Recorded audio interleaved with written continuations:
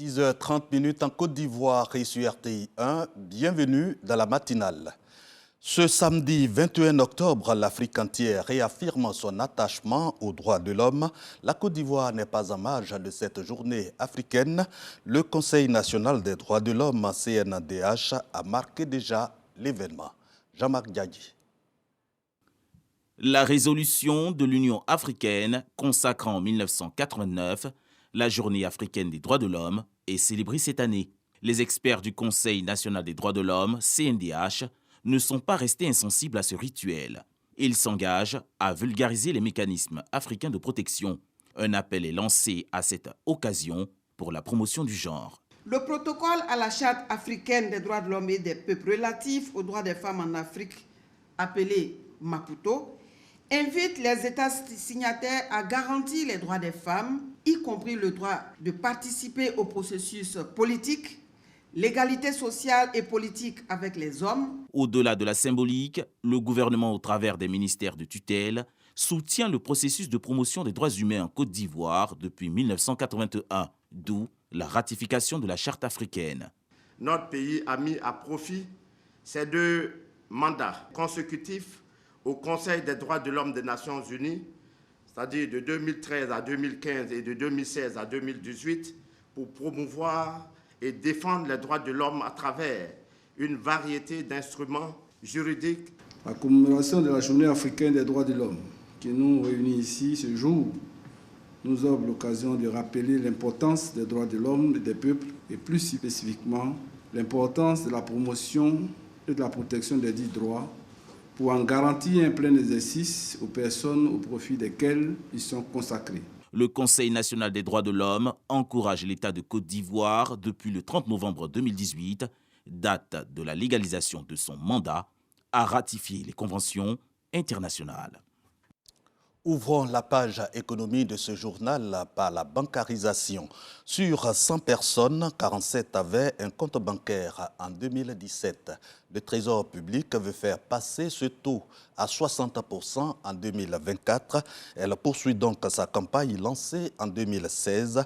Et cette fois, le Trésor public est dans 3 régions pour expliquer aux populations les avantages que procure un compte bancaire. Lansine Bakayoko.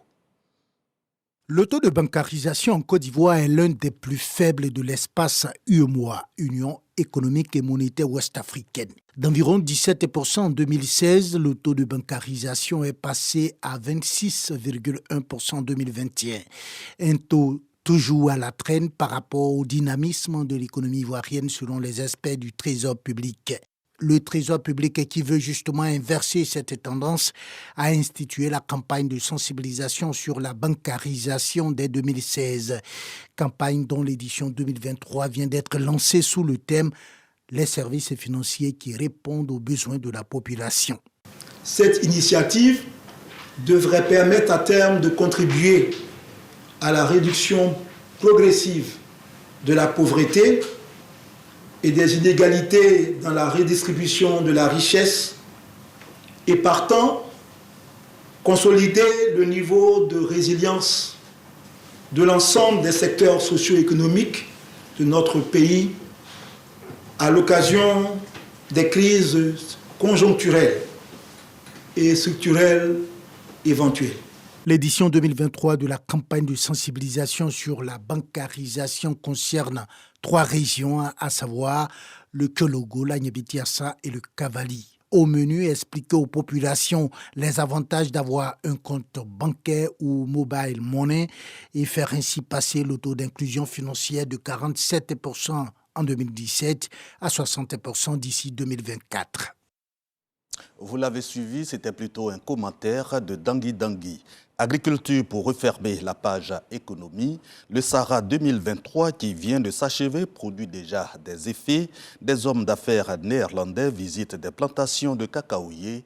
Ils opèrent dans la chocolaterie et veulent comprendre le processus de production du cacao ivoirien. Pargassoro Kone. S'imprégner de l'expérience des opérateurs économiques ivoiriens depuis la chaîne de production jusqu'à la transformation du cacao en Côte d'Ivoire. Échanger sur d'éventuelles possibilités de partenariats commerciaux gagnant-gagnant. C'est tout le sens de la visite d'une délégation des entrepreneurs néerlandais à la coopérative agricole de cacao Sempa dans la commune d'Agboville. Pour nous, il est important que notre entreprise néerlandaise peuvent découvrir les possibilités, les opportunités de travailler ensemble pour une production durable et aussi assez profitable pour améliorer la situation économique aussi pour les producteurs. Occasion pour Moussa Sawadogo, dit Moussa Cacao, président du conseil d'administration de la dite coopérative, d'indiquer ses attentes pour la signature d'un partenariat fructueux à court terme avec les opérateurs économiques néerlandais. Au niveau de la transformation, nous voulons vraiment avoir un partenariat de bonnes machines qui va nous permettre de pouvoir aller à une transformation vraiment moderne et bien faite, avoir des partenaires qui vont nous permettre d'avancer plus dans ce que nous faisons. C'est au Sahara 2023 que les responsables de la coopérative Sempa ont tissé les premiers contacts avec la délégation néerlandaise. Créée le 15 mars 2023 à Hanau, dans la région de Landiabitiassa, la coopérative Sempa, dont le siège se trouve à Agboville, a débuté ses activités par la collecte et la commercialisation des fèves de cacao et de café avec 150 producteurs. La question dans ce journal, c'est comment accompagner efficacement les médias. L'Agence de soutien et de développement des médias ouvre donc le débat avec les organisations de la presse. L'agence veut ainsi recueillir leurs propositions et contributions pour améliorer ses mécanismes et procédures d'appui aux médias. De l'audiovisuel à la presse imprimée, en passant par la presse en ligne, le financement des productions et des impressions demeure une épine pour les entreprises, mais également pour le développement des médias. La conjoncture à laquelle font face certains organes de presse est au centre des préoccupations des fêtières et de l'Agence de soutien et de développement des médias. Nous sommes là en fait pour travailler sur les critères d'éligibilité, les conditions d'accès à ce fonds public, ce qu'on appelle l'aide publique à la presse. Parfois, certains critères d'accès ou critères d'éligibilité peuvent poser problème. Et pour nous, en tant que fêtière, il est important de venir apporter un tant soit peu un lobbying. Les attentes qui sont les nôtres sont plus les attentes qui vont concerner les producteurs pour la partie média télé. Comment est-ce qu'on va pouvoir les accompagner? Est-ce que les mécanismes seront simples? J'ai déjà entendu parler qu'il y aura une partie qui pourra se faire de manière digitale, donc c'est déjà une bonne initiative qui a été prise par la SDM qui travaille sur ce dossier. Donc oui, on va être attentif à la manière dont on va pouvoir travailler au quotidien avec la SDM.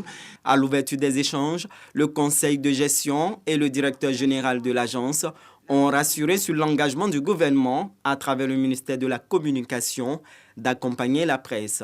Cette rencontre est un cadre de concertation en vue de recueillir les contributions.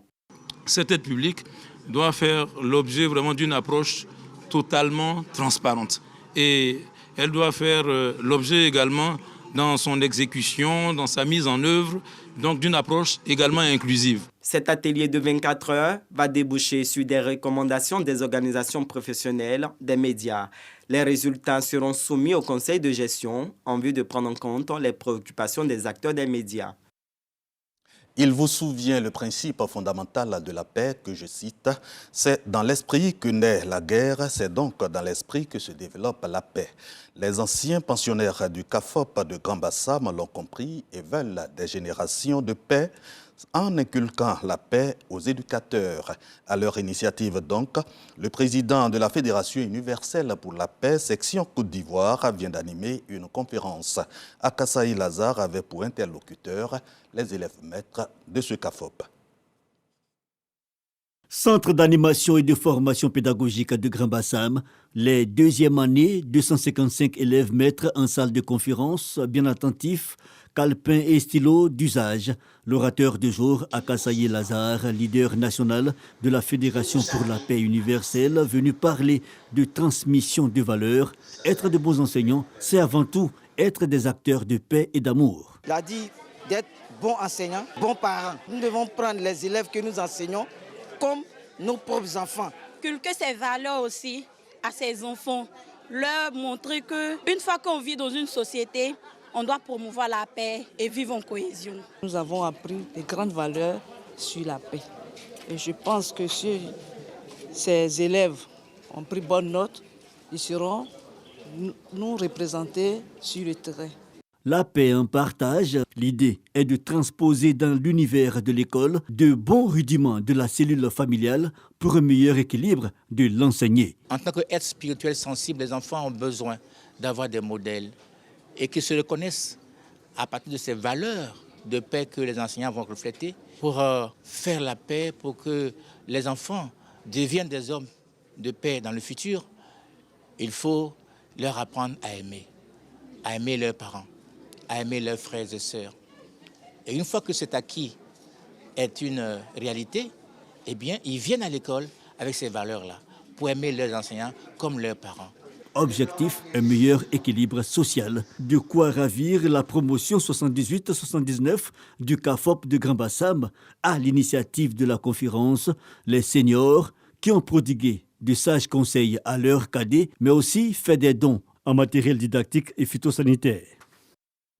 C'était un reportage signé Franck Kouadio. Restons à l'école pour promouvoir cette fois l'outil informatique avec le prix Ivoire TIC School. Ce concours sillonne les écoles laïques et confessionnelles. Sa 5e édition vient de se tenir dans la commune de Koumassi.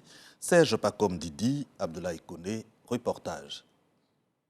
La 5e édition du prix Ivoire TIC School a récompensé cette année plusieurs élèves issus des lycées et collèges d'Abidjan et ses environs. Ces derniers sont repartis avec des bourses d'études, des tablettes numériques et des outils informatiques.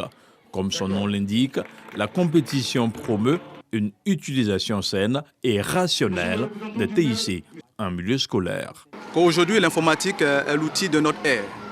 Comme le dit, l'analphabète de demain, ce ne sera pas celui qui ne sera pas lu ni écrit, mais c'est celui qui ne saura pas se servir d'un outil informatique. Raison pour laquelle nous encourageons d'abord à aimer l'informatique et à bien pratiquer. À l'endroit des parents d'élèves, nous leur demandons, leurs enfants qui ont accès à cet outil, de jeter un regard sur l'utilisation. Internet nous aide à connaître de nouvelles choses. Internet nous aide à calculer et aussi l'ordinateur calcule plus rapidement. Une initiative que salue l'ensemble des partenaires éducatifs, dont les parents d'élèves. C'est une initiative à soutenir parce qu'il faut que nos apprenants, nos élèves, nos enfants apprennent la technologie dès leur plus jeune âge. Et c'est une initiative qui va leur permettre vraiment de s'acclimater et de pouvoir suivre les progrès technologiques. Ce sont au total 12 élèves qui ont été récompensés au cours de cette cérémonie essentiellement marquée par une campagne de sensibilisation sur la cyberdépendance. En bref, et pour parler de la guerre Israël-Hamas, le secrétaire général de l'ONU est à Rafah. À ce point de passage, Antonio Guterres prépare l'entrée de l'aide humanitaire à Gaza. Fin de ce journal, l'info revient au flash de 10h. Merci de rester sur RTI 1. Très bonne journée.